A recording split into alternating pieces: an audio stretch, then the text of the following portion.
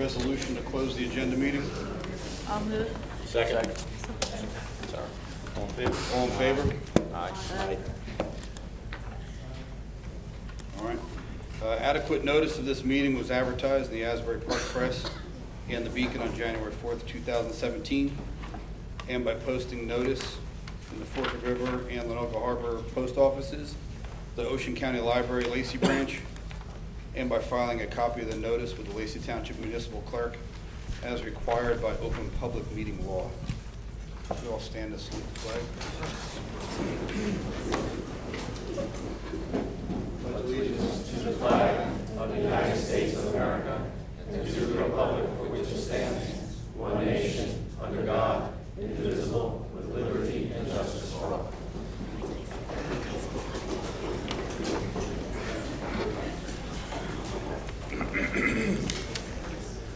All right. Can I get a motion to approve the minutes for private session held on March 13, 2017? Move. Second. Roll call. Mr. Morandi? Yes. Mr. Saletti? Yes. Mrs. DeSenza? Yes. Mr. Giordano? Yes. Mrs. Downing? Yes. Mr. Claus? Yes. A motion to approve the minutes for agenda meeting from March 13th, 2017. Move. Second. Roll. Mr. Morandi? Yes. Mr. Saletti? Yes. Mrs. DeSenza? Yes. Mr. Giordano? Yes. Mrs. Downing? Yes. Mr. Claus? Yes. And a motion to approve the minutes of the regular meeting and the appropriate attachments held on March 13th, 2017. Move. Second. Roll. Mr. Morandi? Yes. Mr. Saletti? Yes. Mrs. DeSenza? Yes. Mr. Giordano? Yes.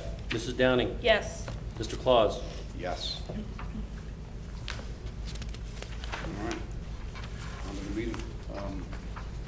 The attorney's report. Nothing to report at this time. Thank you very much. Student representative.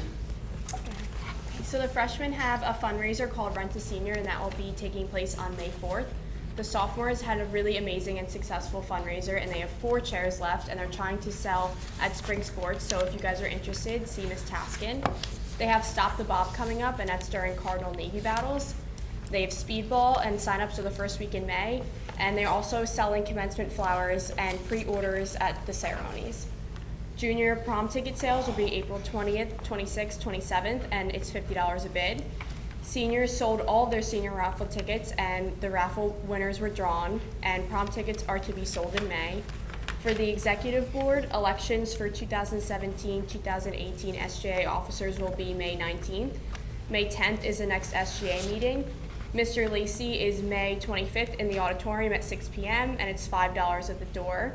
May 22nd through 26th is Cardinal Navy battle, and there's teams for that. So the Cardinal teams are freshmen and juniors led by Ms. Sullivan and Ms. Lapretta, and the staff's last names A through K are advising us. And the Navy battles, or the Navy team is sophomore and seniors, and the leaders is Taskin and Ms. DePaula, and the staff's last names leading us is L through Z. And this is similar to Battle of the Classes. And May 31st is the last SGA meeting, and it will be held in the cafeteria south at 6:30 p.m. With the Cardinal and Navy battle, we are excited to be introducing a couple new activities which will be a little bit different than Battle of the Classes. Each department at the high school has been asked to create an event for students to work on after school, so there'll be more things that are interested for more students. So we're hoping to get more involvement with this activity.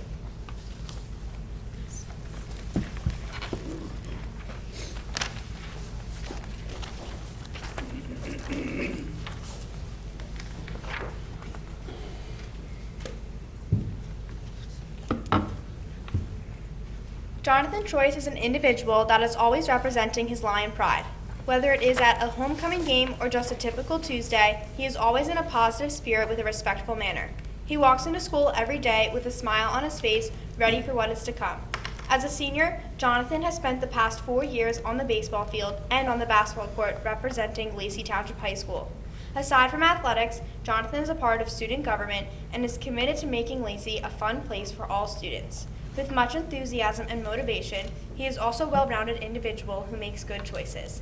This student is a great addition to the halls of Lacey Township High School. After high school, he plans to attend college where he will further his academic career and become a successful human being due to his generosity and attitude towards his goals. It is for all of these reasons that SGA has selected Jonathan Choice as the unsung hero for April 2017.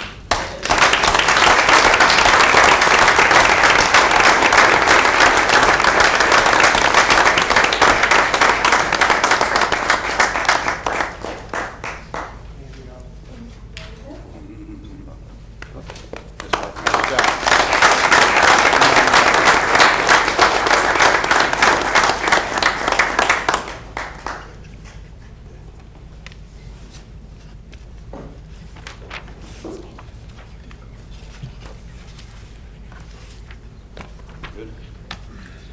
All right, on to the report of the superintendent. Thank you, Mr. Claus. Congratulations, our unsung hero, proud dad there, awesome job. It's great to see you guys come out and have a bright future ahead of you too. So a little jealous to see how excited you guys are and the energy you have moving forward, because the window is short to the end and your future's going to be beyond Lacey's very soon. So congrats. Very happy to hear about Cardinal Navy and some spirited events being established at the high school. Thank you. I know we had some long conversations when I first came to Lacey in regard to reestablishing some pride at the high school and activities that were encompassing the entire student population and the staff and engaging beyond the classroom and really spirited, positive climate building activities. So I'm excited to hear that that's beginning to occur there.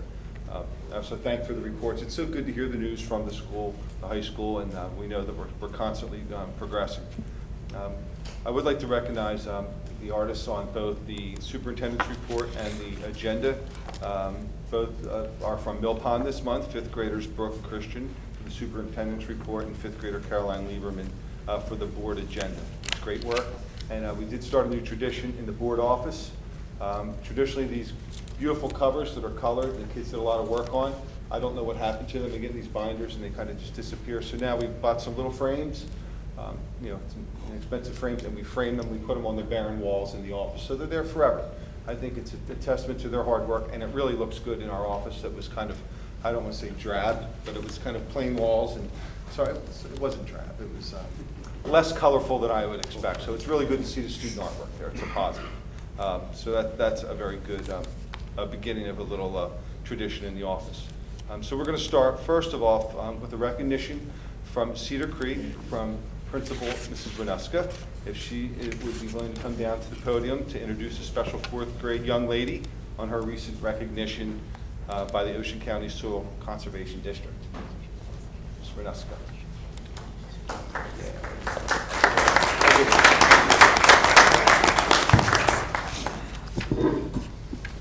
Thank you to the members of the Board of Education, Superintendent Wigley, and administration for this opportunity for myself and for Mrs. Donahue to recognize a student from the Cedar Creek School. Grace Boyle and Mrs. Mantagna, would you join me at the podium, please? Grace is an outstanding student in Mrs. Mantagna's fourth grade class. She's also a member of our environmental club. We wanted to recognize Grace for her outstanding achievement of being selected as the grand champion winner for Ocean County in the New Jersey Association of Conservation Districts, the poster contest. Her entry supported the theme, Healthy Soils Are Full of Life. Lacey Elementary Schools have never had a grand champion before. Her work is moving on to the statewide competition. Grace is being awarded $50 from the Soil Conservation District. She has also earned $200 for the Cedar Creek School for our environmental project. It'll be used towards our outdoor classroom that Mrs. Mantagna and her students are working on. The additional money won for our school by Grace is being added to our Sustainable Schools Grant allowance. The Soil Conservation Association and Sustainable Schools Grants allow us to educate our students as to why it's important to the future for conservation of natural services, natural resources, and they learn a role in which we play in protecting, conserving, and respecting the environment. Unfortunately, Becky LeBoy, who's the representative from the Soil Conservation, was unable to make it tonight. However, she will be visiting our school to present Grace with her awards. So congratulations, and would Grace's parents and family please stand to be recognized.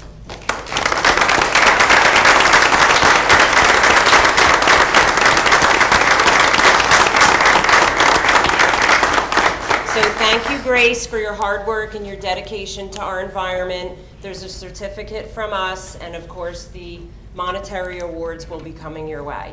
All right? That means the money. And Mrs. Mantagna and I were already talking about how we wanted to use that money for our outdoor classroom. So you can be part of that decision-making also. Okay? Shake that hand.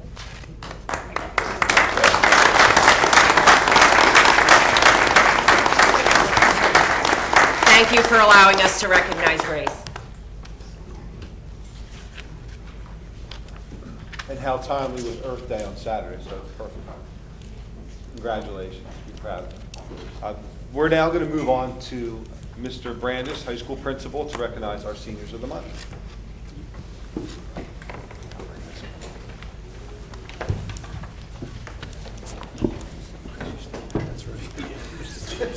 Just lower the chair. Good afternoon. Thank you, Board of Education, for letting me address you tonight and congratulate the students of the month for the high school. I'd first like to call up and congratulate Brandon Billette as our senior of the month.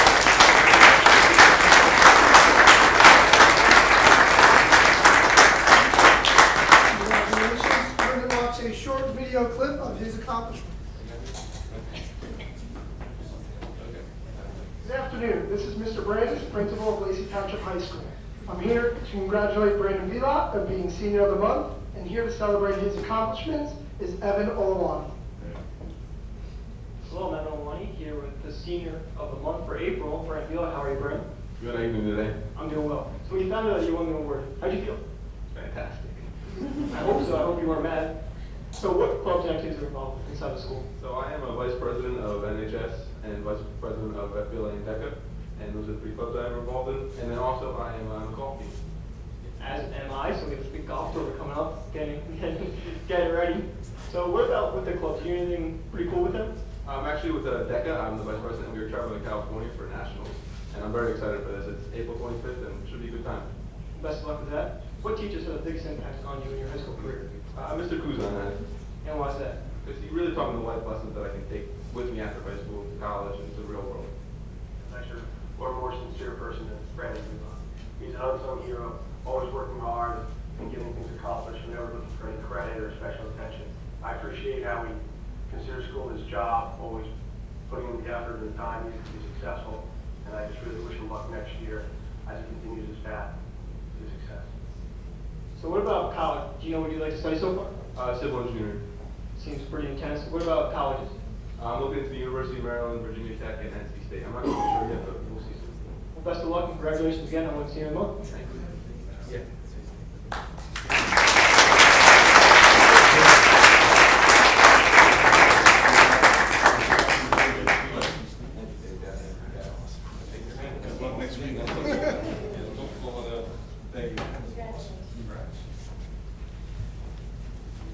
Brandon will be attending NC State, and he will also be getting up early tomorrow morning to go to California.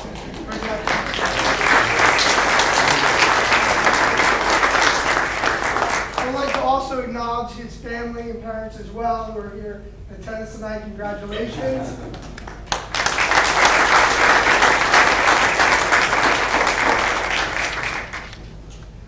Next, I'd like to call down and congratulate Jessica Radomski as our Senior of the Month.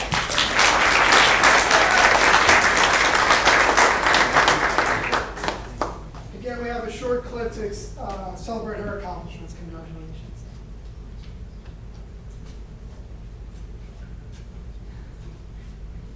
Hello, we're back. Sitting here with Jessica Radomski. I'd like to congratulate her as being Senior of the Month. Here to celebrate her accomplishments is Michael McClung. Thank you.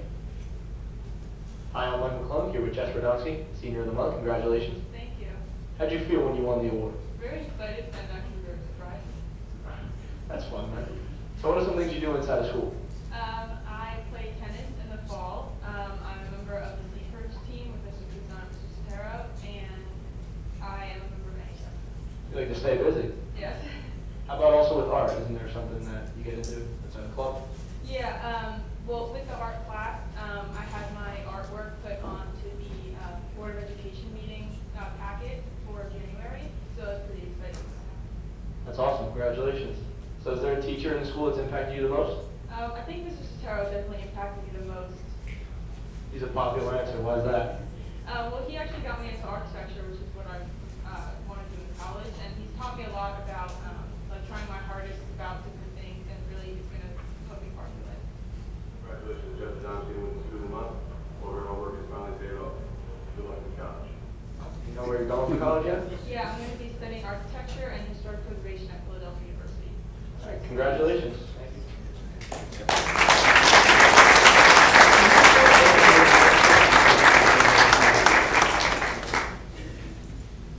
In May, Jessica will be joining two other classmates to go to Seaperch's national competition at Georgia Tech. So quite an accomplishment with her and her team. And again, I'd like to congratulate her parents and family on this wonderful accomplishment.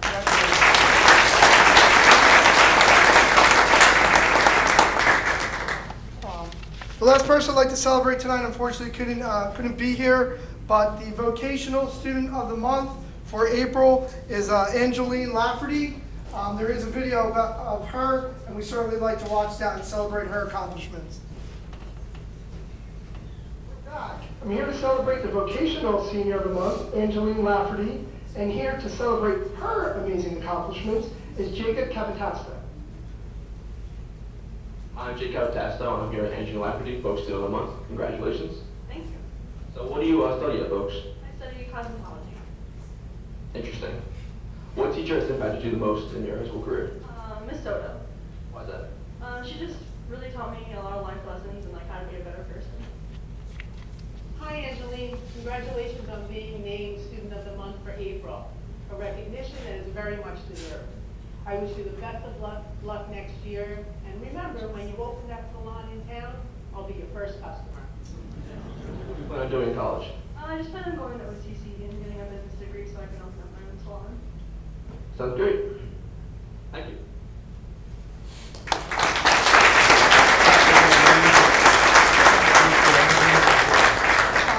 For those of you who went to see the play, The Oz, conducted by the high school, she did all the makeup for the characters in the play, the Tin Man's makeup, the Scarecrow, and it was all amazing work, and she was the one who did that every day. So congratulations to her and her family, and some of you staff members, if you see her in school, certainly congratulate them as well.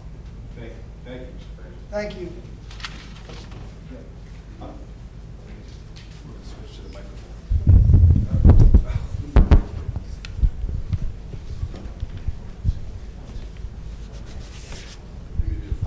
At this time, we're going to have Mr. DeGeorge, Dr. Clark, and myself do the presentation on the budget. But if there are young students or any students that came here for the recognition, this is your one chance to escape, or we're going to begin the presentation in a minute.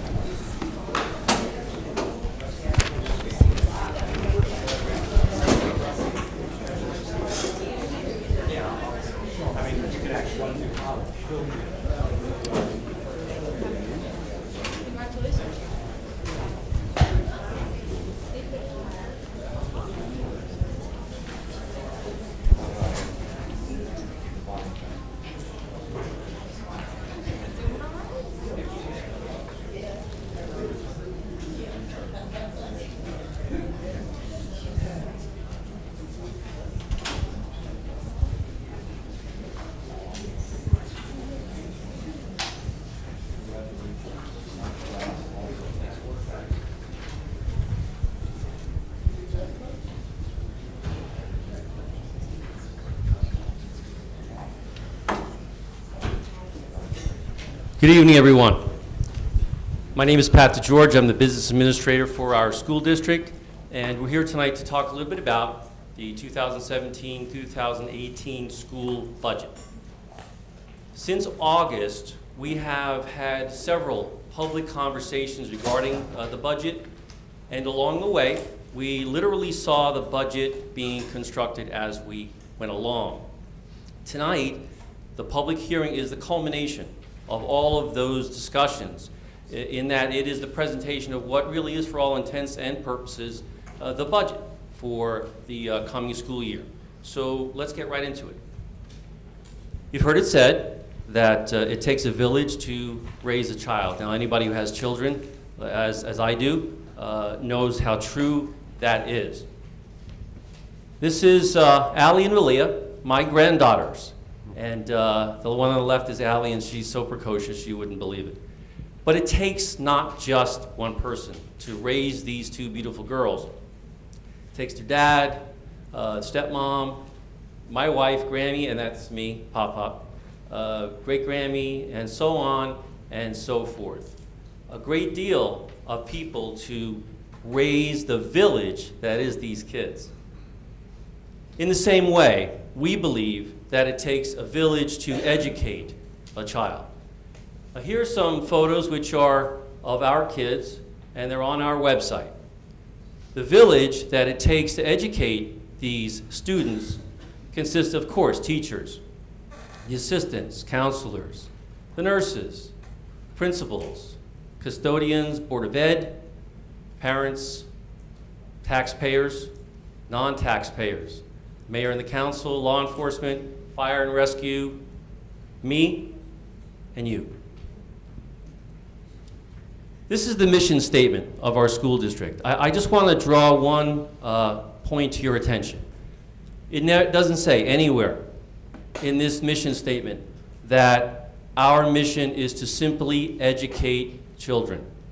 What it really says is that we are here to collectively mold future citizens of not only Lacey, but of the state of New Jersey and the wider community of our world. So that's an important point for us to realize. It's not just about pencils and books and numbers and words.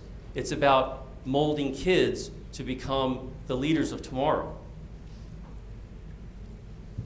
We really must pay justice and attention to the Board of Education. These are our board members.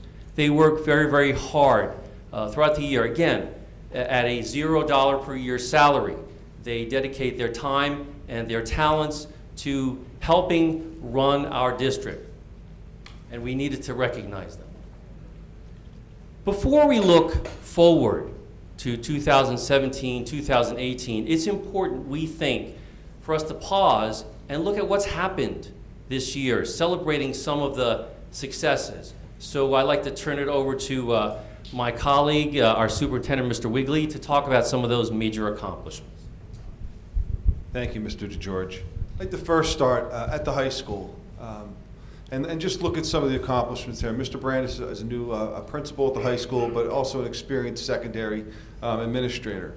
This is my 28th, going on my 29th year in education, my 14th as administrator, and I must say, in the first 10 months of my tenure here, it's been almost like a pancake at the high school flipped upside down. A lot of new faces, a lot of new administrators, somewhat of a new aura with expectations, but also a new era of opportunity. And I think that that was established this year on work that has been done over years, but it's now coming to fruition. So I credit the past, but now we're reaping the benefits now today and the future. And that would start with our the Lacey High School College Academy that was presented a few weeks ago back here, where students will be able to earn possibly an associate's degree or minimally their first year of college at a very economical pace. Also, our Leadership Humanity Academy. So we have a couple pieces in there that are growing to give students multiple pathways to graduation and different opportunities that are truly 21st century skills, what they need to be successful.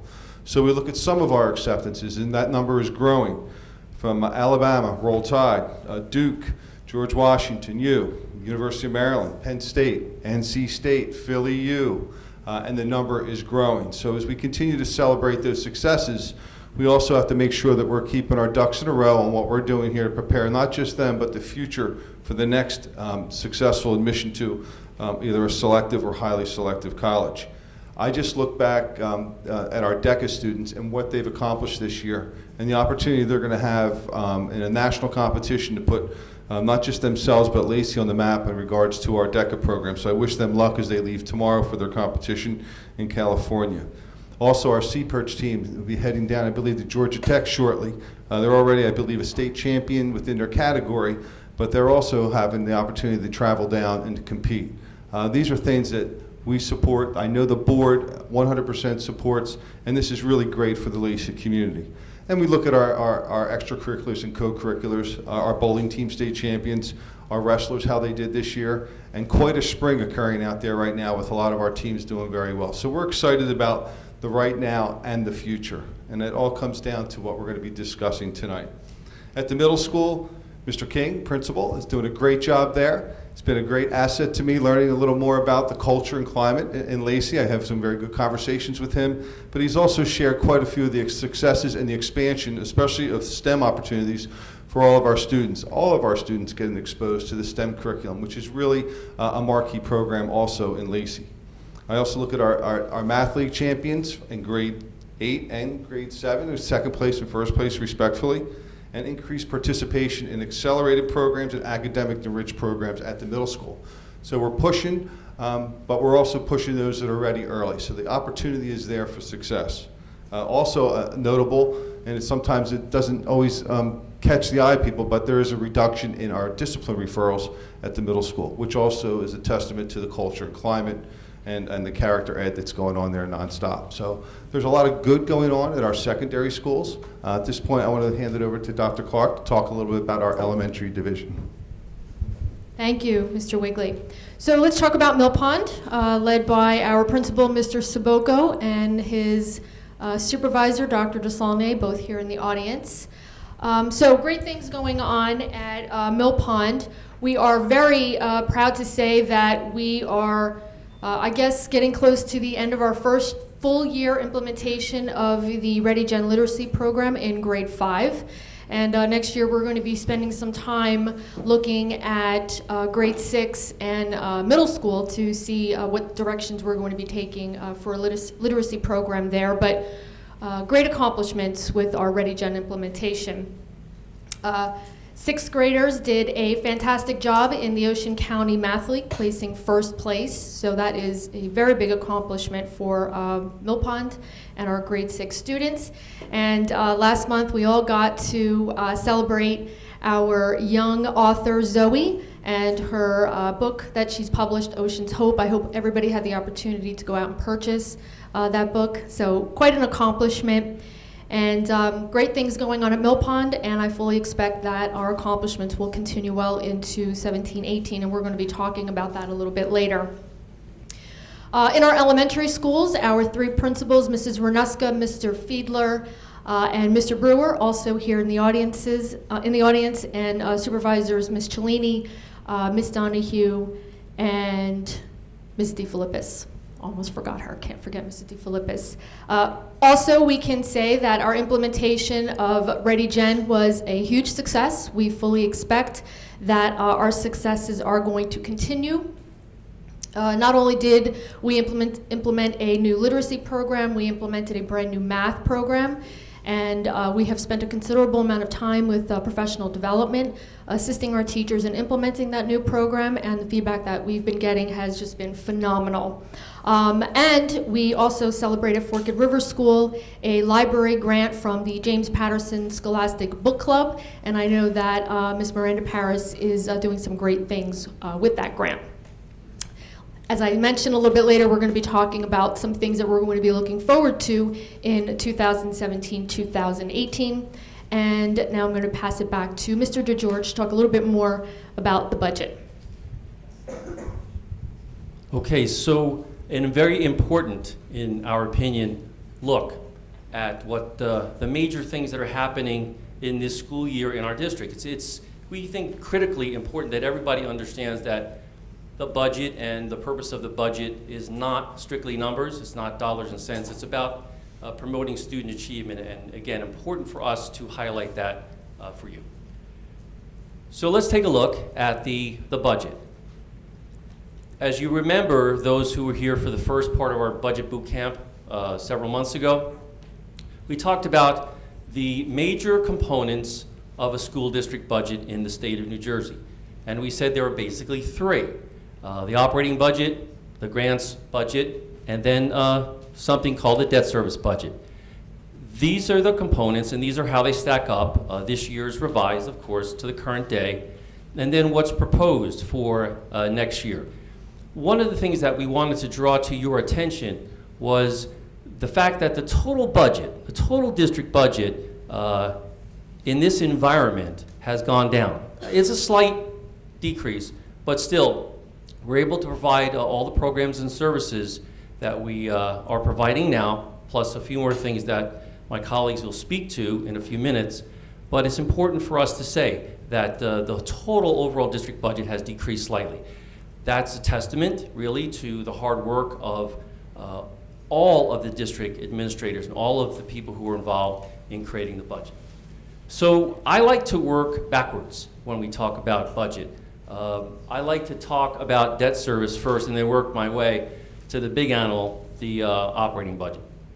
So here's our debt. We have 3 issues of debt, and they are these. So it's important to know, though, that we have refinanced, the board has refinanced over the past couple of years 2 major issues of debt, which results in lower premium and lower interest payments on all of the debt that we have. And one of the things I also wanted to draw to your attention is that the amount of debt that we are going to have to repay over the next few years, again, for next year is going to decrease again. So we can look forward to a few years of decreased debt payments. Grants. This is how the grants budget stacks up. Typically, we budget 85% for the next year of the current year actual entitlement. So you see in the 16-17 revised column, those are the actual awards that we received for the No Child Left Behind, now known as the ESSA, and the IDEA Special Education Grant. So 15% decrease makes sense when we're going to budget 85% of the revenue. The other grant really includes a lot of different miscellaneous local grants and the $50,000 Coaches Achievement Grant they received this year. It's just too early for us to know for sure what that part of our grants budget is going to look like for next year, but understand that the grants budget has no impact on either the debt service portion of the budget or the main operating budget. But that's where we stand right now as the budget is constructed. So here we go, the big operating budget. On the revenue side, we are looking at, again, revised this year and projected next year. The local tax levy increased 2%, right? It's important to know, though, that the Board of Education had an opportunity to use some additional money to further increase the property tax levy by almost $130,000 more, but decided to exercise caution and be fiscally responsible and create a budget that is balanced and fair without having to go and increase property taxes further. Categorical state aid, year after year after year, state aid remains the same, exactly the same. That's a problem for districts throughout the state, and those of you who have been listening to conversations about that over the past few months are in tune with the fact that there's a big discussion happening across the state in public education as to what to do about this issue. But for now, we receive the same amount of state aid. The issue with that is that, of course, our costs continue to increase. What we buy, contracts, things that we owe, the cost of everything, we know from our personal lives, continues to go up. Yet we are asked to manage that on a flat budget of state aid. Capital reserve. Those who were with us last June heard the board take $500,000 of its surplus, its fund balance rather, to put into and create a capital reserve account. The sole purpose of doing that is to replace the horribly old and inefficient and dangerous boilers that are at the Lenoka Harbor School. So once July comes, we'll be meeting with architects and engineers who the board has appointed, and we will be taking steps to replace those boilers at the first opportunity. And then extraordinary aid. This really includes, along with miscellaneous revenue, includes the sale of what we call SRECs, something that's related to our solar project. It includes subscription busing revenue of a small amount, and some of the reimbursement that we get from some of the special education Medicaid initiatives. All right, now that we know the revenue side of our budget, we're going to talk about the categories that we use to spend the money on. These are, if you've picked up the handout that was out there when you came in this evening, you'll see what's called the advertised budget, and you'll be able to connect the dots to what's on the screen to these major budget categories. So you'll see some increased and some decreased, but again, all I think appropriate and in line. These are the balance of the categories, and I really want to draw to your attention something that I believe Dr. Clark will speak about in a little while. Staff training, a big increase in that. Hugely important for us to create a very efficient, centrally managed program for our staff to be trained on curriculum and instruction issues. So that's a huge win for us in the budget. Mr. Wigley will be speaking to you a little bit about the increased cost and security, a big issue in public education across the state. And capital outlay, that includes the major part of that $500,000. That's why it looks like such a huge difference, but the difference really is the boilers at Lenoka Harbor. So you'll notice, if we go back a couple of slides, that the revenue of $68,194,000 equals the appropriations. It's a balanced budget. To me, I don't know about you, but no budget presentation is worth its salt without what we call the exploding pie chart. And it shows clearly what we've talked about all along from the very beginning when we first spoke about constructing the school budget, that the vast majority of the school budget is spent on salaries and benefits. It's just a fact. Now I'm going to turn it over to my colleagues once again to talk about what's new and noteworthy and exciting in some of the numbers that we just ran through. So, Dr. Clark? So what are we going to be spending our money on? So in terms of curriculum, we offer at the Mill Pond School the preschool program. And for many years we have put into the budget a curriculum called Creative Curriculum. And so we're very happy to say that we are going to be able to purchase this comprehensive research-based curriculum, and that is going to involve some professional development that Mr. DeGeorge just mentioned. In addition, we're going to be implementing, and Systems 44 is not a new program, so I can say that we're going to be expanding Systems 44. It is a foundational reading program for some of our struggling readers. And like I said, we'll be expanding Systems 44, which means that that also is going to involve professional development. We've recently transitioned to the New Jersey Student Learning Standards, used to be called the New Jersey Core Curriculum Content Standards, and we've also transitioned to the Next Generation Science Standards. And so because we are aligned now, grades K through 5, we also have to align our materials. So we are going to be spending some of our budget monies to update our science materials K through 5. We're also going to be updating our health materials in grades K through 6. Our textbooks are very old, And I am very happy to say that we aren't going to be relying so much on textbooks. We're going to be relying on technology, as much of these materials can be accessed online, and so that just makes it very cost effective for the district. But this is also another budget item that we have been talking about for quite some time, and we are going to be able to implement a new health program. We've also partnered with the Lacey Township Police Department. I don't know if you all remember the program DARE is now been replaced by LEAD, which stands, it's an acronym for Law Enforcement Against Drugs. We are currently piloting that program at the Mill Pond School. We will continue that program in the 17-18 school year with plans to expand further into the middle school the year after. And I can say that the police officers and our administrators and our teachers and our students are working very well together, and I'm pretty sure Mr. Saboko up there can say that he's very happy with the implementation so far.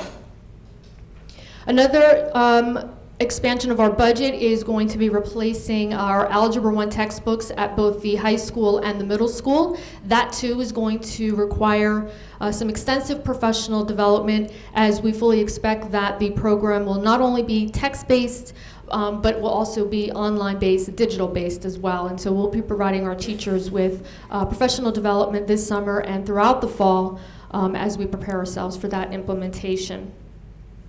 And finally, at our monthly Board of Education curriculum meetings, Mr. Brandis and I and the assistant principals have been talking about high school course electives, brand new course electives, and so we take a look at the courses that our students are interested in, and then we also look at courses that our students are not so interested in, and then we eliminate those and add new courses, which also will require new materials.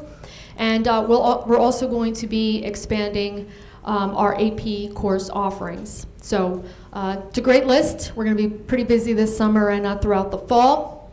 And then finally, last but not least, is the expansion of professional development opportunities. This summer we're going to be starting our third year in what we call our Summer PD Academy. And we'll be expanding on our teacher academy, our teacher professional development academy that started this school year. And what we're doing there is not only are we bringing in professional development from the outside by our by expert presenters, but we're also relying on our own teachers and their expertise to deliver professional development. So there are going to be lots of opportunities for our teachers throughout the summer, but throughout the school year during the 17-18 school year. I'm now going to turn it over to Mr. Wigley, who's going to talk about technology and facilities and a few other topics. Thank you, Dr. Clark. One additional change you'll see as a first in Lacey schools is a police officer, a school resource officer, if you're unfamiliar with, is actually a uniformed officer in the building. Not there to be a police officer running around arresting kids, but to build a liaison, the community connection to the police department and law enforcement.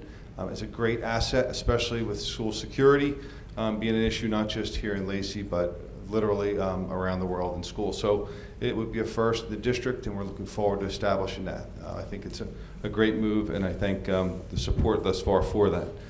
One special education teacher specifically trained in autism that's required by law for us to staff a class. When there comes a minimum number of enrollments, we have, by mandate, have to make sure that we have the appropriate staff, so we'll be seeking a specialty teacher in that area. Also going to support two middle school programs with part-time basketball coaches for the boys and the girls, so they can handle the crowd safely and make sure that we're accommodating their requests to participate. And also, we're looking forward to some changes in technology or additions with additional Chromebook carts, grades K through 6, which expanding that opportunity for students to touch technology early and truly use it for learning purposes. Will be enhanced also at the secondary level at the high school with a new learning management system called Canvas. It's a more, I would say, high-end interactive platform for student learning. A lot of colleges are using it, and I think it's going to give our students, again, a heads up and an in maybe above their peers locally, because Canvas is a very, very powerful and effective management system. We're also very proud that we're going to be working over to a new platform on our website, an update to it, a more modern look that has been in the works. So we're almost prepared to transition to that. So you'll see changes in that, and hopefully information will flow a little bit better in that platform. And then also the big one will be the boiler replacement at Lanoka Harbor, and that was one of my first tours of the facilities, and I did see that, and I've seen some pretty old things in my day, and some machinery, and it is definitely time for it to go. It needs to find a new resting place.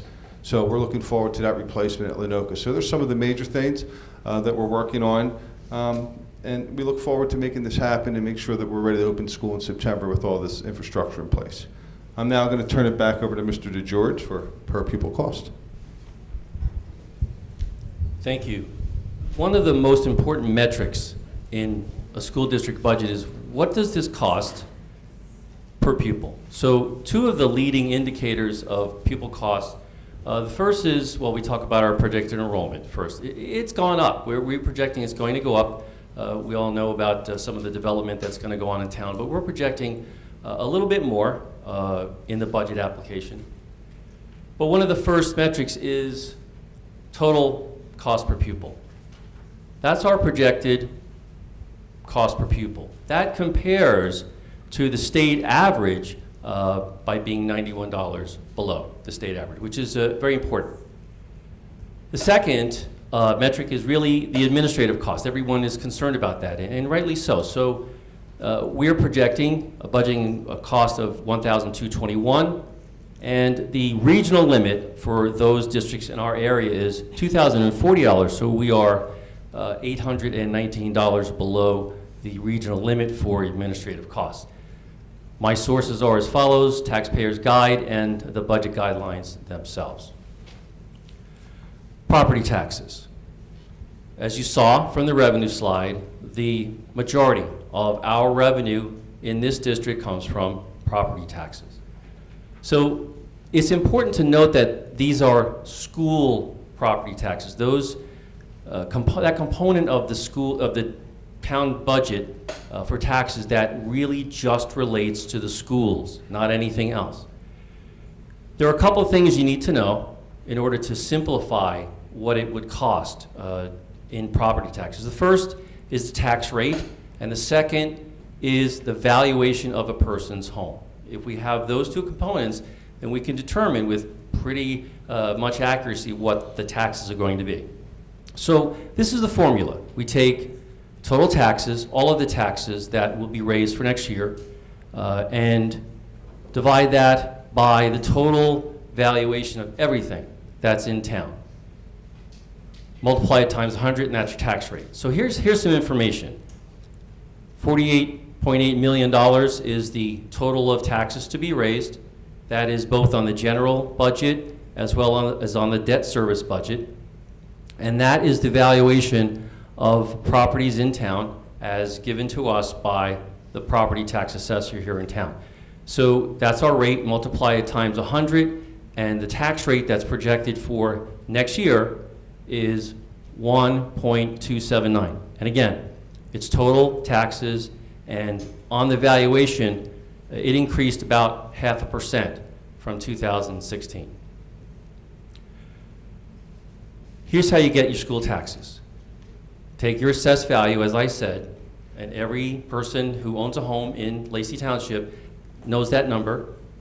Divide it by 100, multiply it times the tax rate that we just calculated, and you will get the school property taxes that relate to your residence. So here's a little comparison.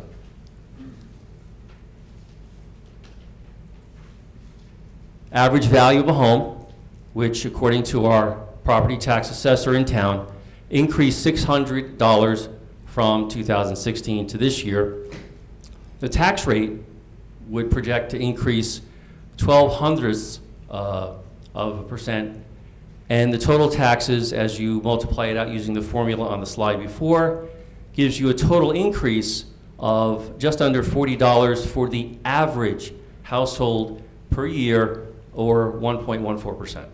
So you can see that the impact of the 2% increase on the property tax levy was lowered because of the fact that we owe less now on the debt service portion of our levy. So when you take the two and put them together, the net increase is really 1.14%. So what I would do is I would take the average value of my home here in Lacey, and I would multiply it times the tax rates to see what the increase for me as a house owner and a taxpayer would be. And again, these are our sources. So those who may speak a different language when it comes to property taxes, the tax rate that we talk about, another word for that is millage rate. Another word for that is tax penny. So a tax penny is worth, we think, next year, $1,279, and it would increase $12 or 0.012 pennies. Make sense? Where do we go from here? Very important in our presentations to connect the dots from the very beginning. And again, just to remind everyone, we spoke that for months now, since August, we've been talking publicly about the budget build. And at the end of the presentation, we need to talk about what happens next so people know what the expectations are. On May 8th, there'll be a special meeting on which it's kind of part two, I would say, of the public hearing that were started tonight, at which the board will adopt the final budget. On May 10th, we're required by law, no later than 48 hours after the adoption of the budget, we will post what's called the user-friendly budget to our district website, and there it shall remain for the entire school year. Now you'll see probably that we have the 2016-2017 budget on our website right now, and so we'll replace that with the 17-18 user-friendly budget. So any slight revisions that may happen from tonight till May 8th will be reflected in that user-friendly budget. May 12th is the deadline, state deadline for submitting the budget. So we're going to get there 2 days early. July 1st, two things happen. The 17-18 budget is enacted. That means we're go. And immediately, at the same time, we start building the 2018-2019 school budget. It's just the way it is. It's a 12-month process. So with that, we say thank you very much. I know there will be opportunity for the board and the public to ask questions a little bit later, but thanks for your time. Appreciate that. Thank you.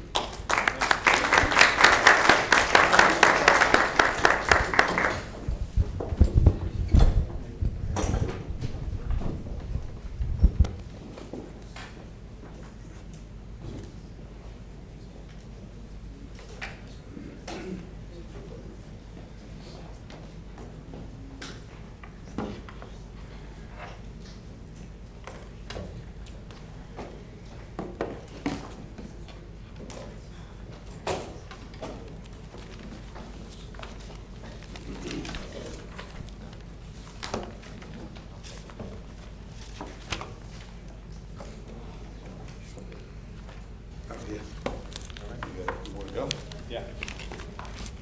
A couple more comments before I hand it back to Mr. Claus.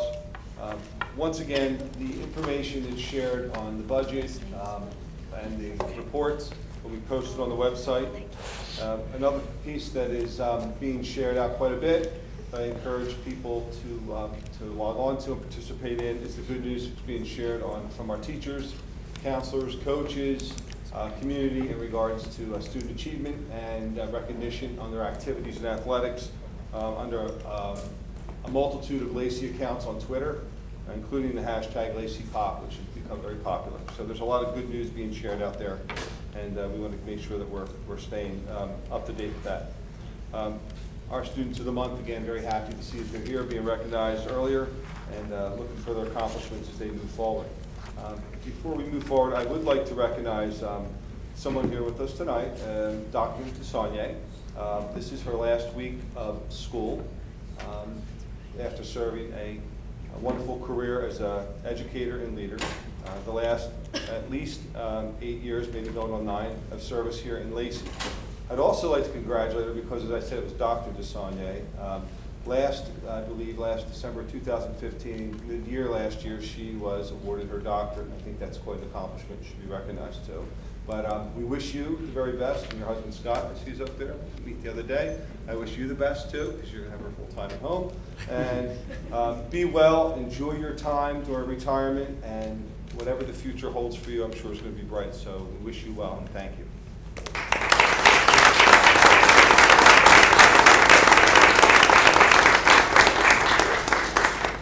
In addition, as we viewed the budget presentation, let me be very clear that this was not Dr. Clark and Mr. DeGeorge and myself and the Board of Ed and Communication. It took a team, and the team is here in majority tonight, which is our district leadership team of supervisors, assistant principals, and principals.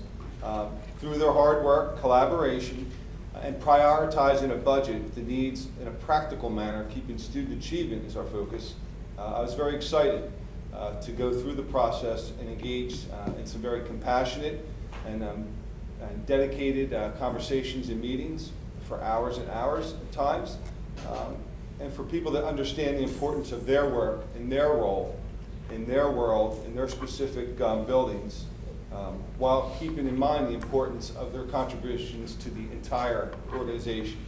It takes that contribution to build the budget that we have presented today, and I think it's important that we recognize them. So I would like to thank and recognize our administrators who came here tonight, and we look forward to working with you through the spring and into next year. So thank you. That's it. That's all she wrote? That's it. Thank you. All right, that's the fun part. I'd like to open the floor now for public comment. If anybody wants to, we'll go from this way to that way. Anybody have anything they'd like to come up and say positive about the community?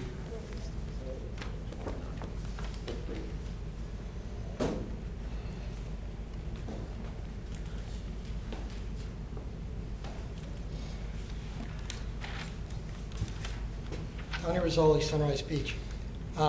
I see again we hit the 2% max, which is just kind of standard, I guess, in all the school budgets throughout the state. It just happens that the max is 2% and everybody goes for the max. I'm up here today because I have some concerns with direction of where our expenses are going long term. And looking at the numbers that are provided on this document, it shows that since 2015, the actual enrollment of regular students has gone down. Now, I understand that there's been discussion about the affordable housing and that you've been talking to that group and that you've been making accommodation and knowing that some of those students are already part of our district because we're servicing our Sandy victims first and they're already part here, but there's going to be other children coming in from that development. So I guess the anticipation is the growth is basically just that, Mr. DeGeorge? The affordable housing group As coming we in? know it, as far as we know. Okay. And your anticipation will drive the 3,131 students up approximately, do you know what the percentage would be? That'll boost it up? Less than 10%? Less than 10%. Of the 10%, and this is where my long-term concerns come in, how many of those are going to be special needs kids? No way to know, is there? There really is no way. Yeah. How many of those are going to need language special needs? Any way to know? No, sir. Okay. See, and this is where I think our budget concerns long-term have to kind of change direction. I'm not saying necessarily for this July, but I'm talking about over the next couple of years. And one of the reasons I'm bringing this up is, not that I have a horse in this race at all. I'm just concerned about generally the student population and how the dynamics and demographics of the students' population may change drastically, and we're not quite addressing what our needs are going to be.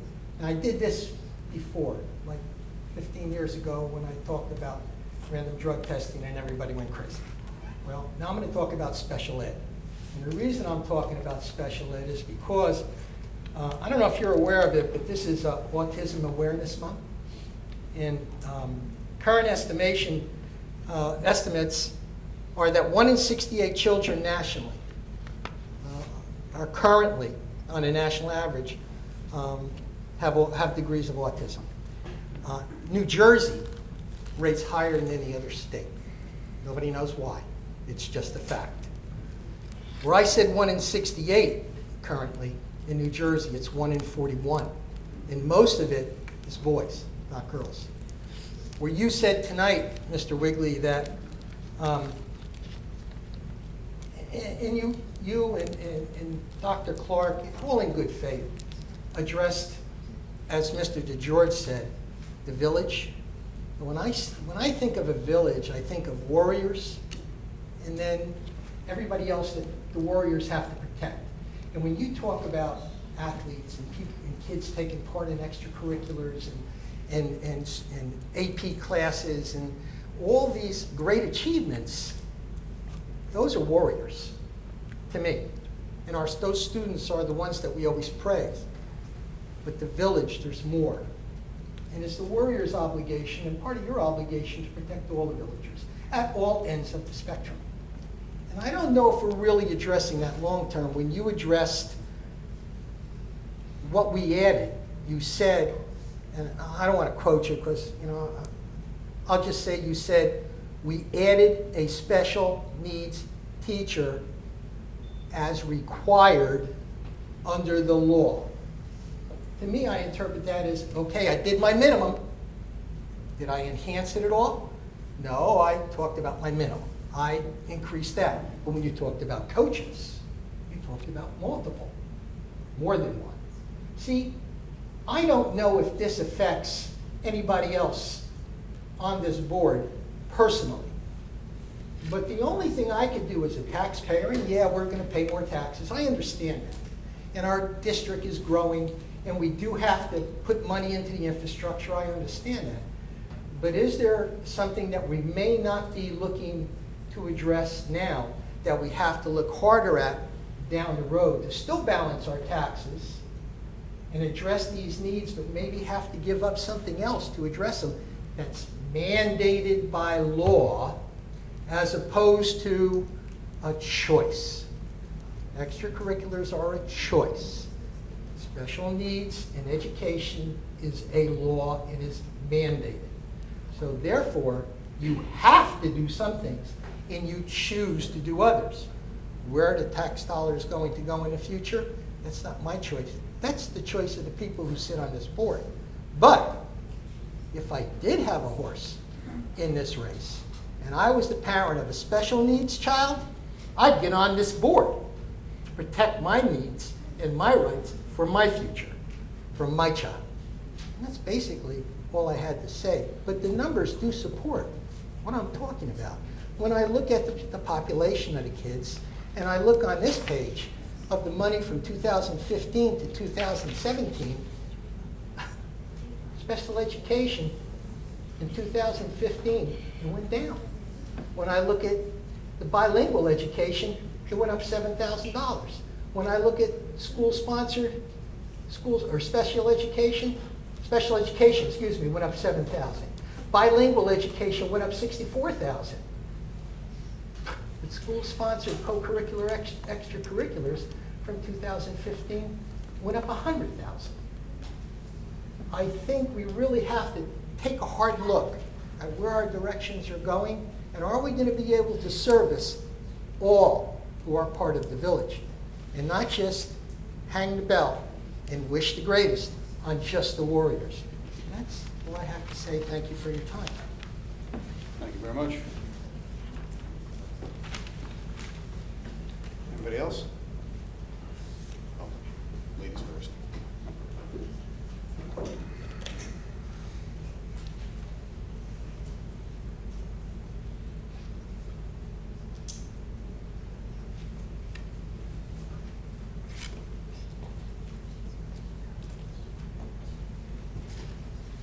I will be talking about the transportation portion of the budget. Hi, my name is Megan Anderson. I am 13 years old and am affected by asthma, diagnosed at 3 years old. On Thursday, April 6th, my mom told me that I will have to walk to school throughout middle school and high school. Both of my parents work full-time. Mom is a teacher in Barnegat and Dad is a police officer in Lacey. Being that my parents work full-time, they cannot take me to or from school. Thanks for your decision. I will have to walk to school not knowing if I will have an asthma attack during winter and fall. Not to mention that more than half of my walk doesn't have a sidewalk and also has about only 2 streetlights. Just a quick question, have any of you gone to the farthest point of your map and walked to the middle school or high school? And yet you let kids literally across the road take a bus. Thank you for this. Good night. Thank you.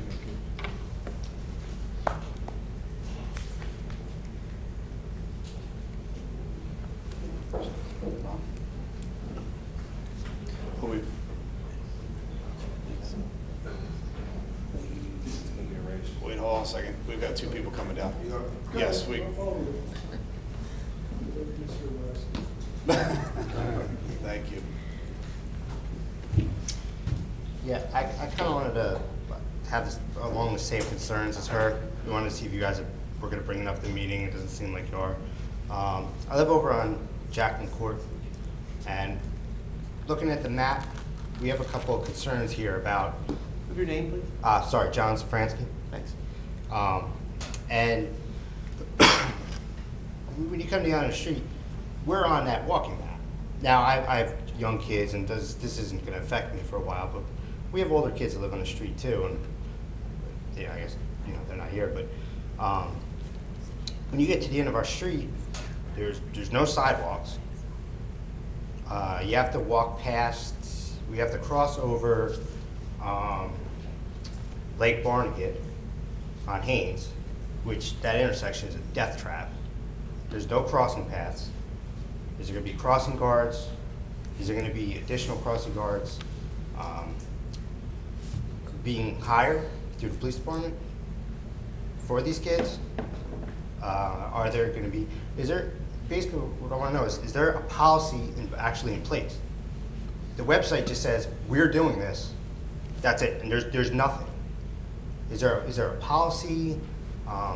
Was there an assessment done, a danger, security, safety assessment done by anybody that is public information for us to obtain? Who's sidewalks? Who's gonna maintain these sidewalks? Like I said, if my kids are gonna walk, I'm not letting my kids walk on Haynes with no sidewalks. I don't know if it has anybody, like I said, there has to have been a DOT assessment or some kind of policy put in place for this. And is that available for us to see? Thank you, first of all. Yes, much of that was considered, especially dependent upon the participation in who subscribes to the bus and where our locations of our walkers are, to provide crossing guards at those places or improved crosswalks. We are looking at working along with our colleagues in town, eventually, better pathways for students to travel if they are going to choose to walk. We did assess what's considered a dangerous road, which would be 9 Lacey Road. The other ones, we feel as though with some collaborative work with the town and our police force, we can provide safe walkways, but that's also an option if they choose to walk, so that there's a multitude of options to transport themselves, walk, or subscribe to the bus. So doesn't the state require an assessment to be done though? No.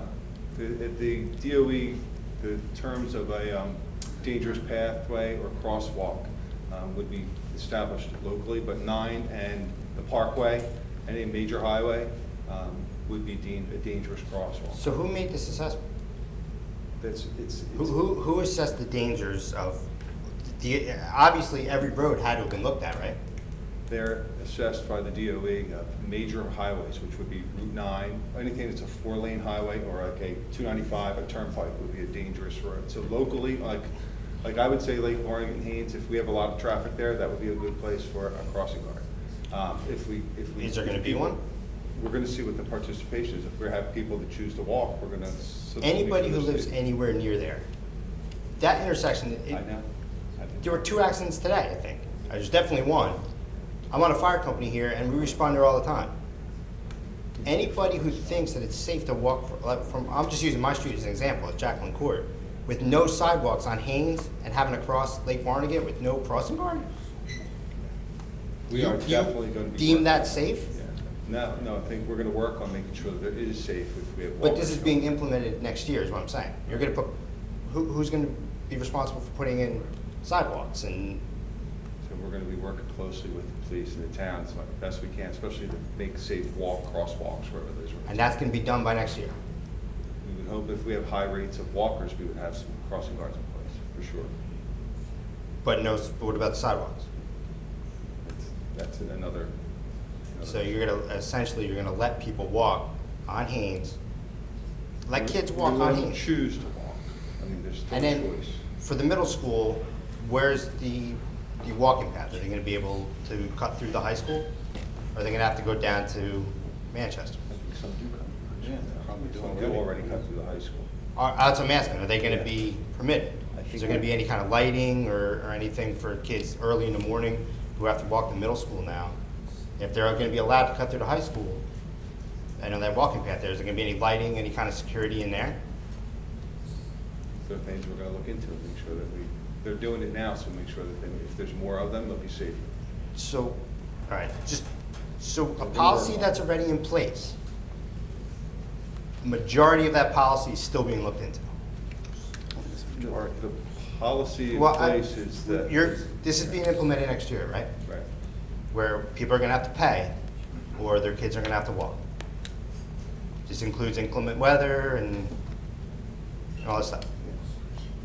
So far, every question I've asked is, we're looking into it. Well, we have to look at what the participation is and who subscribes to the bus and what the volume of walkers will be. Right now, we're in the process, people are populating and registering, so the more we can see who walked this year and who didn't walk this year, we'll have an idea of how many we'll have out on the streets. Okay, so there's not gonna be anything documented, any kind of assessment or anything for us to determine who determined what safety was. I'm sorry, as in documented, as in what? What I'm looking for is like, we're taking you want us to take your word for it that we looked at it, we deemed it safe for your kids. Who? Who looked at it? Who deemed what safe? What steps did you take to deem it safe? Like I said, I'm only using my street as an example, but it's not safe. I do safe for a living. Okay, that's my job. That's not safe. To walk with absolutely no sidewalks, to get over Lake Barnegat without a crossing guard, without anything, that's fine. If you did that, if you deemed it safe, I just want to know who did it, what steps were taken. You know, who is there anything anywhere saying, or are we just supposed to take your word for it? That's all I'm asking. And if you did a valid assessment, fine, but can we know what that is? The assessment is the radius that's provided where it's a walking zone, I know what the state says, So with it's the not a 2 dangerous- miles there's for nothing that's elementary deemed- and 2.5 miles, or 2.5 miles for high There's school. nothing deemed a dangerous road within that walking zone, even though it may be unsafe and needs crossing guards, but it's not deemed by the DOE All right, as a dangerous road. so right now, there's no plans on hiring any new, or establishing where crossing guards can go. Plan on hiring any more crossing guards? We're going to absolutely do that if need be. If there's population, but there is the option for those to ride the bus. When I arrived into Lacey, it was a quagmire of appeals for riding buses and people that were within the zone, didn't zone. So the opportunity there is for people that are not eligible for it within that zone, that they can subscribe to it. So everyone has the opportunity still to ride the bus. So now, there's kids now that ride the bus that won't be able to, is basically, so it's a monetary thing, right? It's a budget thing. Essentially. Well, they would be able to. Were there any other avenues explored to try to make this money up? I know some towns have advertising on buses to make that up. That's not very lucrative in most cases. It can't possibly be that much different than people aren't going to pay. I wouldn't pay, I would drive my kids, which means you were not getting anything. Where if you advertise, you might get money. And I think some of the other towns actually have made a profit on that. It can't, was there anything done numbers-wise where you said, we're gonna make this amount of money off of, we believe we're gonna make this amount of money by implementing this? The transportation budget itself, Mr. George, correct me, is just so you know, by the state. There is no profit for it. I mean, it's just a hole, black hole for transportation. So the ineligibility of the funding that we get back from the state for the group that's in the walking zone, would come back and would go back into fuel for the buses, paying drivers. It goes back into the service they're already providing, which we're not getting funded for by the state. It's because it was courtesy for so long with that age group that it's going into a black hole. It's not going. Well, I understand they've been bleeding money for that for years, and that's understandable. Yeah. What I'm saying, was this the only avenue of approach that was addressed?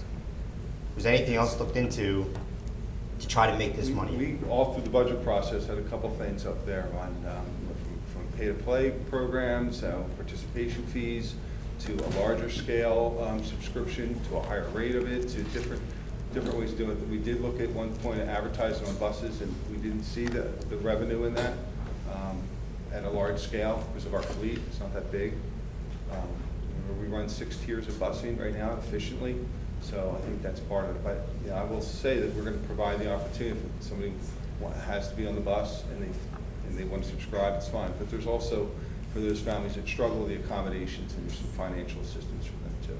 All right. I just wanted to, basically what I want to know is if you were going to put anything, because on the website, again, you put it up, this is being implemented, next year we're doing this.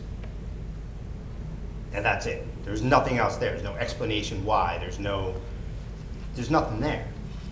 It's just, we're doing this. Well, okay. So I gotta, why? What's the reason behind it? And there's nothing there. That's what I'm saying. Are you going to put anything for the people of the town to? Courtesy, we can describe courtesy busing and define what it has been for. I mean, I could look up, I could Google courtesy Right, busing and but tell me the same thing you're going to tell me. that's what But it there's is. got to be a reason why you did it, is what I'm saying.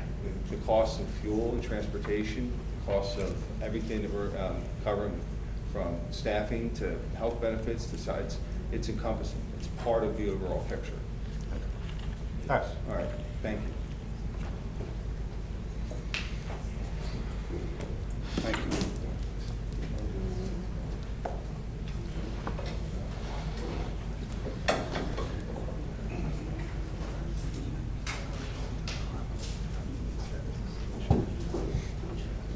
My name is Ron Martin, live at 44 Dunbury Drive, Forked River.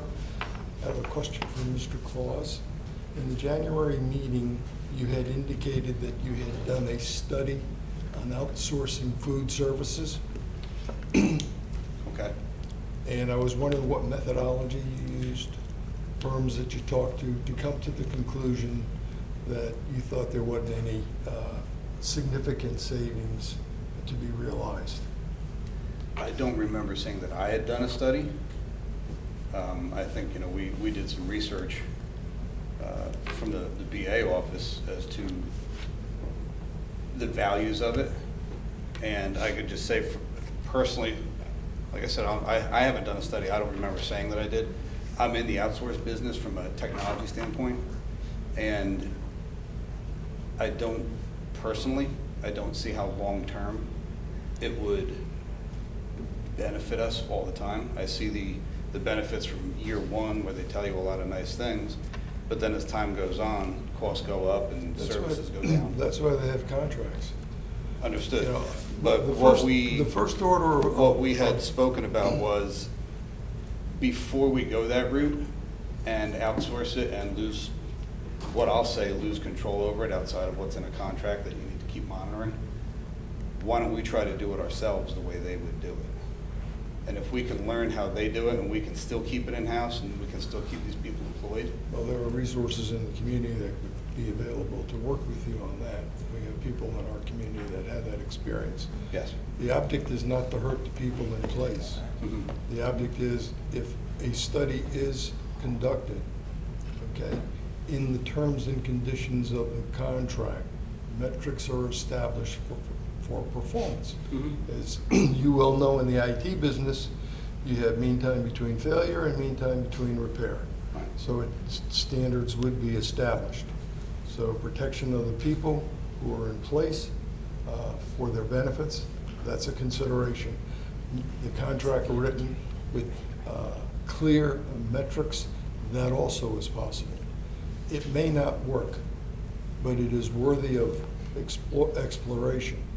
And so when the board decides to, or the board, after Mr. George gets to a point in time where you want to study that, several of us have experience in assuring that the quality of food standards are met and maintained, and are met and maintained with penalty to the provider if there is deviation.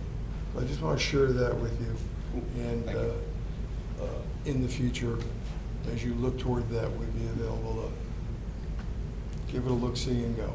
Thank you very much. We appreciate Thank that. you. All right. Well, thank you, everybody. No, you got one more. Do we have where?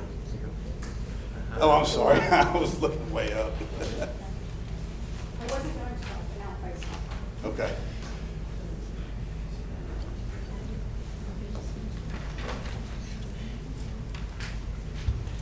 My name is Laura Anderson. I am the mother of the lovely young lady who spoke before. I live at 733 Hill Street. For her walk to school, half a mile of it is on a 45-mile-an-hour road with no sidewalks. How is that possible in snow, in rain, and in ice during the hours of commuting? It is not safe. Manchester Avenue is a hazardous road. I don't know how you decided it is not. It is less safe than, I think, Lacey Road that has sidewalks. There are lights that have crossing signals. Manchester Avenue is a death trap. Manchester Avenue at Lacey Road, where some children will have to cross, is 4 lanes.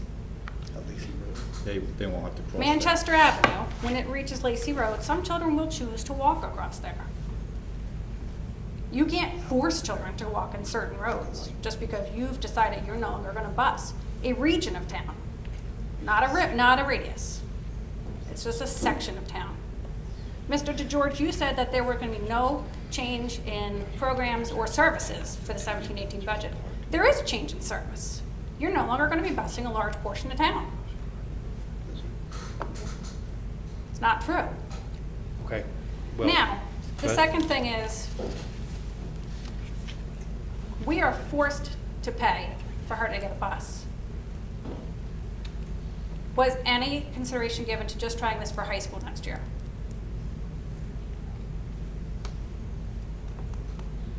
What's the question? Was any consideration No. given to just trying this for high school next year? No, I think we just cut off on middle school, high school. Was any consideration given to consolidation of bus stops? I think we've consolidated bus stops as much as our transportation department can. Within 1 block from my house, there are 2 middle school bus stops. I would think people would be more willing to have their children walk 2 or 3 blocks to get a bus than to have to pay to get a bus. I mean, I understand gas, transportation, all these things, those costs continually to go up, and some of them are unpredictable. I think it would have been easier to get people on board with this if you tried, okay, let's try with high school. Let's try consolidating some of the bus stops district-wide. That might have saved some money, and it might have made people say, okay, we're going to try this. But you just picked a section of town you've deemed safe with 45-mile-an-hour roads and no sidewalks. I mean, it just doesn't seem that a lot of it was exceptionally well thought out. There will have to be an addition of crossing guards. Sidewalks have to get put in. For my daughter to get to a sidewalk, she has to cross a 45-mile-an-hour road. More than just us live on our side of Manchester Avenue. So I feel as though, yes, you are going to save money. You're going to make money with your subscription busing. We have to pay it. We have no choice. If she wants to take a sport and get a late bus home, we have to pay for subscription busing, or she's going to have to walk home alone. I just find this to be somewhat troubling. And I hope that you give it further consideration. Thank you. Thank you.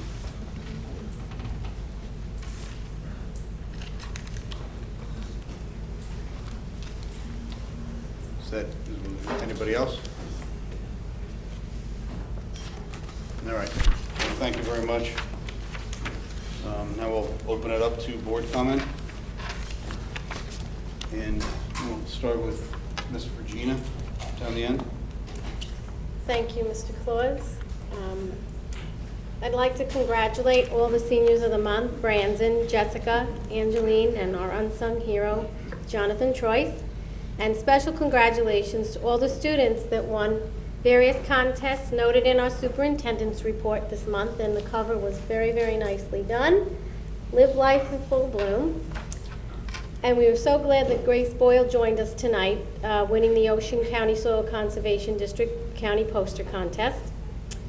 And I'd like to wish the DECA team good luck attending the national competition at the Anaheim Convention Center in California.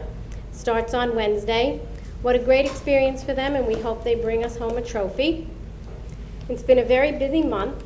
On Wednesday, March 15th, I attended the Spring Choral Concert at Cedar Creek. Thursday, March 16th, was Family Math Night at Forked River School, and I really enjoyed this event in the past, but I was unfortunately not able to attend this year. Saturday night on March 18th, the high school boosters gift auction was held, and it was by far the most well-attended gift auction I have ever seen. And the amount of donated merchandise was beyond imagination. You had to see it to believe it. Thank you very much to all the merchants in Lacey and beyond that donated to this gift auction. It took hours to call all the prize numbers. And thank you to all the patrons that attended this event as well. On March 21st, there was a park information night at the middle school. And then on March 23rd, I attended the Ocean County College Academy Information Night. It was held in the lecture hall here with a standing room only crowd. Thank you to all the parents, students, and staff that attended this meeting. This is truly an exciting opportunity that takes the words jumpstart a little farther to giant big leap. Getting an associate's degree while still in high school is an amazing thing. It's going to be such a great leap forward for anyone that wants to get a four-year degree. Friday night, March 24th, I attended the high school spring play, The Wiz. It was great singing, dancing, costumes, and makeup. It was a great show. On Monday night, March 27th, I attended the Municipal Alliance meeting. Red Night Out was discussed, as well as project graduation and their annual 5K race in August. The Municipal Alliance meetings are open to the public. If anyone wants to stop by as a guest, the meetings are held on the fourth Monday of the month at 7 p.m. in the conference room at the Lacey Township Recreation Building. They had a meeting there tonight. On Monday, April 3rd, we had our curriculum meeting. On Tuesday, April 4th, I attended the Ocean County School Board meeting held in Lakewood. Dr. Larry Feinsod, Executive Director of the New Jersey School Board Association, introduced guest Assemblyman David Wolf and Greg McGuckin. An award was given to the Little Egg Harbor School Board for meeting the NJSBA board certification requirements by all members, and that is a true accomplishment. On Wednesday night, April 5th, I stopped by the Parent Advisory Council meeting, and then I went to the LMUA meeting. Thursday, April 6th, I attended the evening performance of Cinderella at Cedar Creek, and that was a very cute show. And thank you to the Lenoka Harbor School for their Earth Day celebration invitation, but I was unable to attend. The New Jersey School Board Association Task Force on Student Achievement released a 110-page report dated March 2017, and I highly recommend all board members take the time to read it. I found page 28, item 15 of particular interest. For the public's knowledge, I must mention a few numbers tonight found on page 44 of the agenda. $1,959,000 was paid by the district for health benefits from March 14th through April 24th. And this figure does not include the employee contributions, so the actual cost is much higher. and a debt payment of $2,116,000 was made for the high school expansion bond, which I believe included this lecture hall. This particular debt payment is made once per year. That's quite a mortgage. I'd like to thank both Mr. Wigley and Mr. DeGeorge and all the administration for the streamlined 2017-2018 budget. It took many weeks, months, and hours to bring it all together. And thank you to everyone for coming here tonight. The next meeting is scheduled for Monday, May 8th to pass the budget at 6 p.m. And everyone is cordially invited to attend the May 15th meeting, which will be held in the high school auditorium that will celebrate our Teachers of the Year. Thank you, Mr. Claus. Thank you very much. Ms. Regina. Mr. Morandi. Thank you, Mr. Claus. I'd like to also thank the administration and everybody that was involved in the budget. This is my first one. It is very hard, and there's a lot of work done into it. And we do appreciate Seabreeze with a lot of input and the public. Anything. You know, when you come up and talk, we do listen. You know, unfortunately, we have to vote our conscience. We got to worry about budgets. You know, we got to worry about the taxpayers in town. And this school busing thing, we thought about long and hard. Doesn't include all the kids. It's, like we said, middle school and high school. And I believe if you have concerns, I think firemen, it's hard to gauge right now because you know what, we gotta wait until we find out who's actually subscribing and who's not. Once we get them locations, you know, where the people are coming, yes, we're gonna talk to the police departments and see where we need our crossing guards. All right, so I didn't want to interrupt you when you're talking, but you know, it's not over yet, so we have to see where our dangers are. If you have an issue with a street or something where there's no sidewalks, let us know. And I know Mr. Wigley consults with the chief all the time, and we'll figure something out. But students of the month, congratulations, and good luck to the two teams that are going away for a competition. And that's all for me. Thank you. Thank you very much. Mrs. Downing? Yes. Okay, first of all, I'd like to congratulate Brandon and Jessica, Students of the Month, and Angelina, a Vocational Student of the Month, and Jonathan, the Unsung Hero, my favorite award of all. The Wiz, I attended the Wiz, and it was a really enjoyable performance, and I was especially in awe of the costumes, and then hearing tonight that Angeline did the makeup for all of the characters was phenomenal. She did a fantastic job. She's got a good future ahead of her.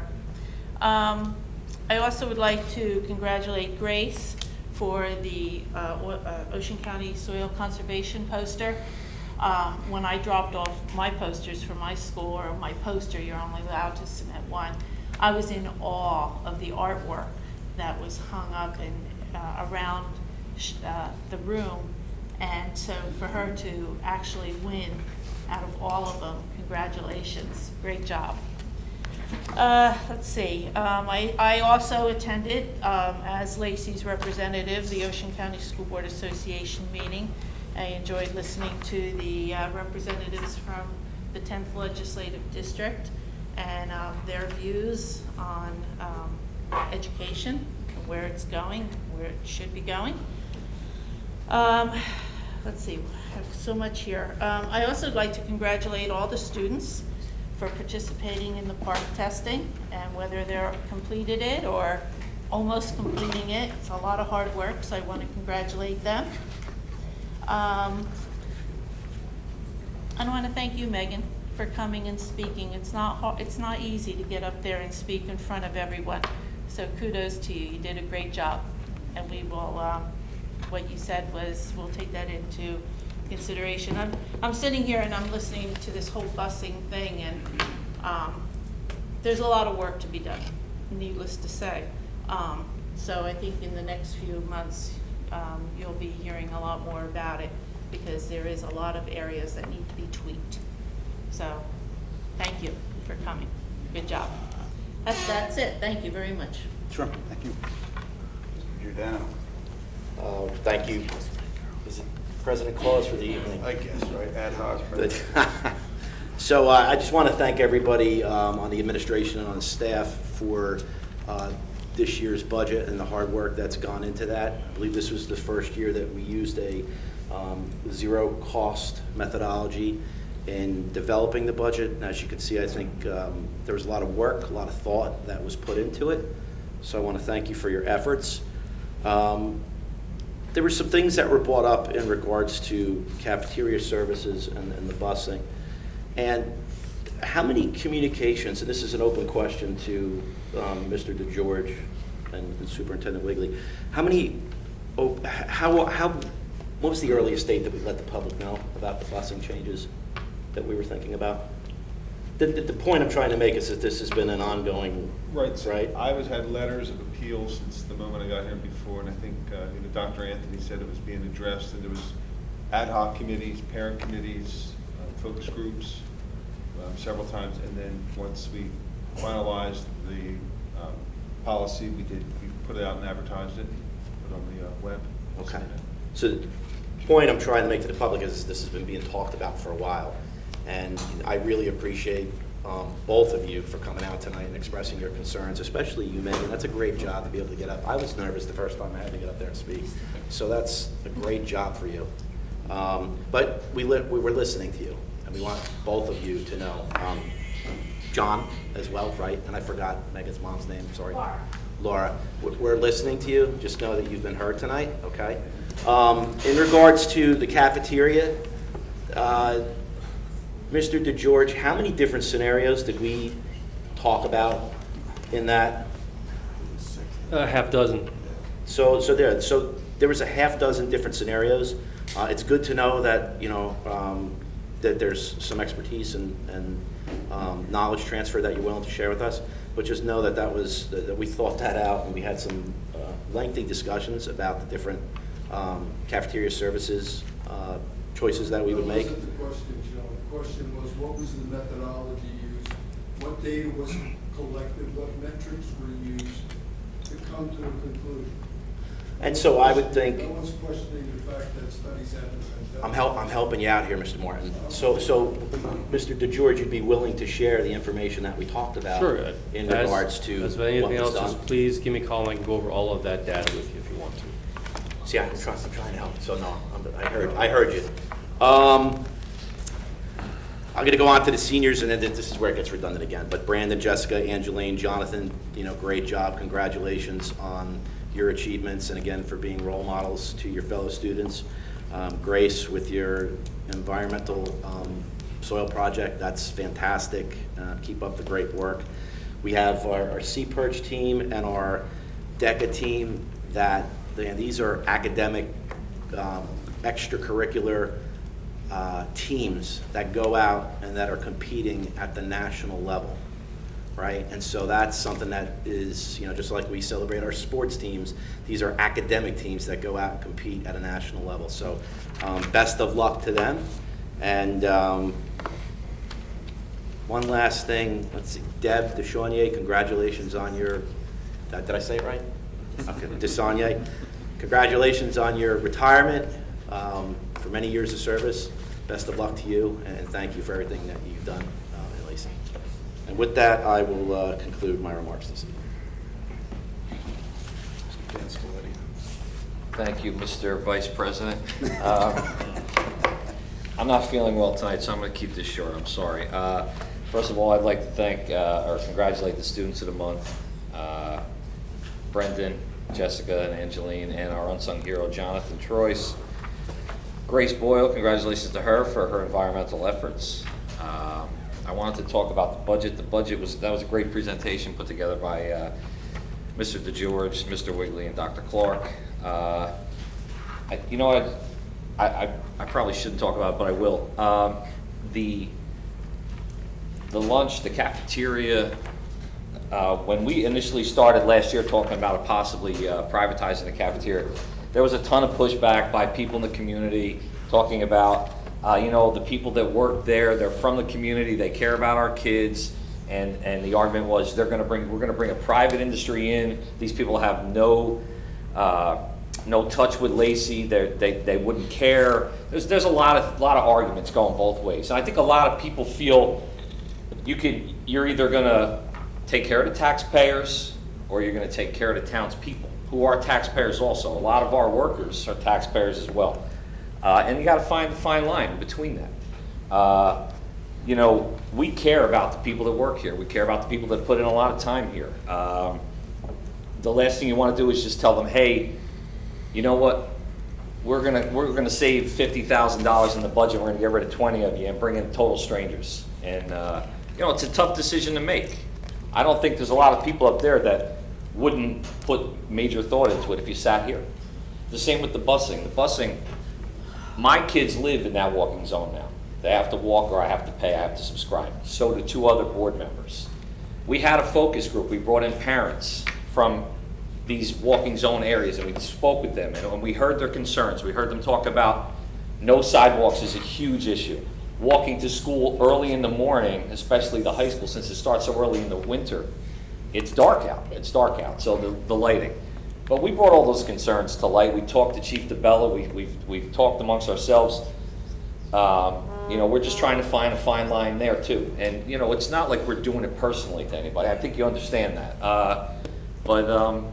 You know, I know we hit the 2% on the cap, but you know what? Some towns struggle to do that. You know, we struggle to get a budget that's actually lighter than last year's budget. It's, you know, monetarily.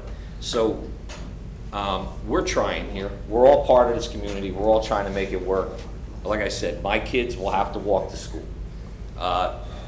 Mr. Claus's son will have to walk to school now. He's not entitled to a bus anymore, or he'll have to pay. And it's there was a lot of debate and a lot of argument on both of these issues. But there's major debate, and I'll tell you what. If you were in our shoes, it would be difficult for you to make the decision. Also, it's hard. It's a hard decision. It's just something that we have to deal with. So everyone can point the finger at us, but we're the ones making those decisions, hoping to make the town better, hoping to do what we can to not cut so-and-so's grandmother who's been working in the cafeteria for 25 years and she needs the health benefits or whatever. So, you know, those are things that you have to think about also, you know, and you know what? It's tough. It's not easy. It's not easy at all. When we talked about the busing, we met with parents, irate parents, complaining about the same things you're complaining about. And when we were done meeting with them, they understood and they thought it was fair what we were trying to do, but we still had a lot of work to do, and obviously we still do. Maybe there'll be suggested walking routes to avoid the, you know, Haynes, where there's a section of no sidewalk, or maybe you'd have to cross the street and then maybe move over up the street further. I don't know. We have to look into that. But we're just here, and we're trying to do better for everybody. Other than that, Mrs. DeSaulnier, congratulations. Dr. DeSaulnier. Did I have anybody else on here? Teachers of the Year, I think Teachers of the Year are out, but we didn't recognize. Oh, it's May? Next month. I saw a couple of signs up already, so I thought we had it out. But that's it. Thank you very much. Thank you, Vice President Claus. Okay. And with my normal theme, I'll be quick. Obviously, congratulations to Students of the Month. John Troyes, love that guy. And Grace Boyle. I love seeing the awards at the younger grades. The smile on her face when she comes walking up. Decca and C. Perch, you know, I hope they bring home the W. And as far as just something else I wanted to mention quick about the OCC Lacey Academy. Anybody that's in here that has questions, or anybody on TV, if there's any questions, make sure you ask your counselor. It's a great thing. It should be taken advantage of, and we should use it as much as we can. That's how I feel about it. I know my son will be taking as many classes as he can. So please, if you have any questions, don't hesitate to ask. Get them answered. And if you don't like the answer, ask again. That's all I have. Everybody's good up here? I guess we can move on to new business. Paying some bills. Yeah.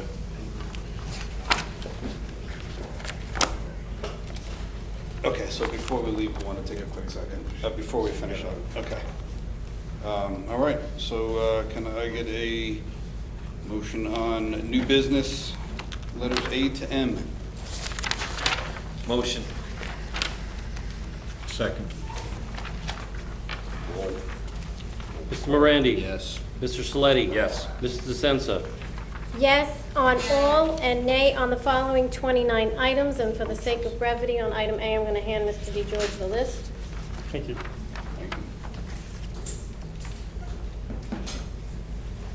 Is that it, Mrs. DeSenza? A on all and nay on those 29. Mr. Giordano? Yes. Mrs. Downing? I have to abstain item, invoice number, you ready? Yes, ma'am. 951390. And also, I'm abstaining on invoice number 953215 on advice of counsel. Yes on all the others. Thank you, ma'am. Mr. Claus? Yes. Thank you. A motion on donations, and if you give me a minute, I will read them out. Wells Fargo, in the amount of $350. Miss Jen Madonia for books for the classroom libraries, $100. Miss Stefano, arts and crafts material, $250. Miss Monica Kuhn, children's books and crafts for the Forked River School, another $150. Julian Speranza, Miss Julian Speranza, Cat in the Hat appearance, $100. Forked River School PTA, multi-purpose room sound system, $9,148. Nice, thank you. Elaine Mandino, children's gloves and hats, $75. Joey Tomatoes Pizza, gift cards, 2 of them for $30. Via Napoli, large pizza gift certificate, $13. Anthony's Pizza, gift card for $25. The Goddard School, gift certificate for summer STEM program, registration and fee and math board game, $125. Linda's Pizza, gift certificate, $14. Every Bloomin' Thing, a dish garden for $40. Miss Walker's Ice Cream gift card, $27. In the middle school, Kevin Edinger, empty printer cartridges, 100 of them, $22. The high school, the Women's Club of Lacey, check for the drama club, $50. Wawa Food and Drink, $75. And the high school PTSA, check for the library, $492, totaling $11,086. Thank you. Get a motion. Move. Second. Mr. Morandi? Yes. Mr. Thank you. Saletti? Yes, thank you very much. Mrs. DeSenza? Yes, and thank you very much. Mr. Giordano? Yes, thank you. Mrs. Downing? Mrs. Downing? Yes, thank you. Mr. Claus? Yes, thank you very much. Program and curriculum, can I get a motion? Move. Second. Ready? Roll. Mr. Morandi? Yes. Mr. Saletti? Yes. Mrs. DeSenza? Yes. Mr. Giordano? Yes. Mrs. Downing? Yes. Mr. Claus? Yes. Professional days and workshop, can I get a movement? Motion. Move it. Second. Mr. Roll. Morandi? Yes. Mr. Saletti? Yes. Mrs. DeSenza? Yes. Mr. Giordano? Yes. Mrs. Downing? I'm going to abstain on Vanessa Clark and yes on the rest. Thank you. Mr. Claus? Yes.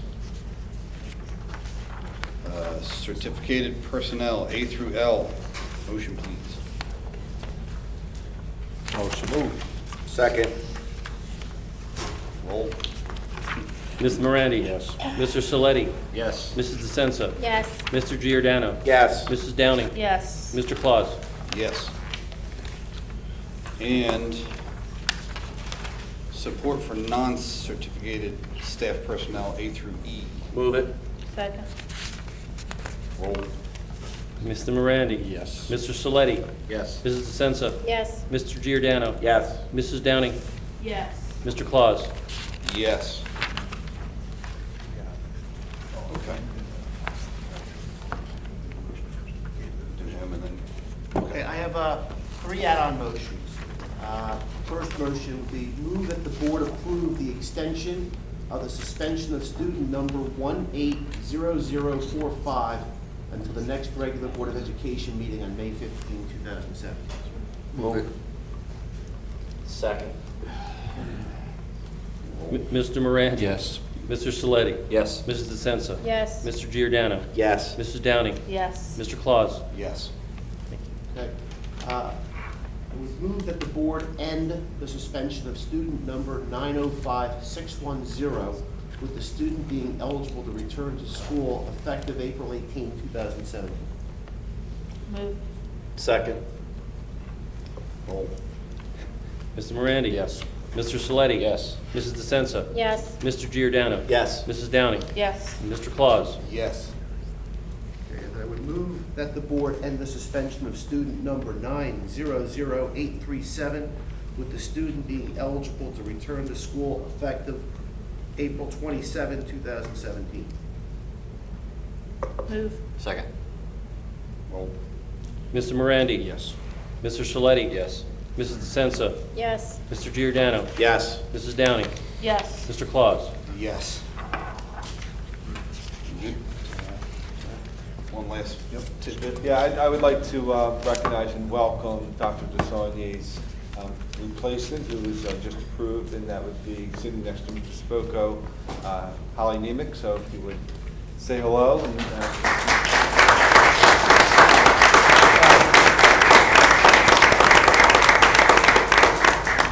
we are very sad to see Dr. DeSaulnier go, but at the same time, we're very, very happy to see a very capable replacement, the replacements, to come in and work with Mr. Saboko and really do great things over at Mill Pond. So congratulations.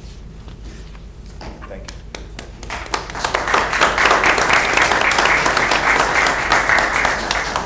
That's it.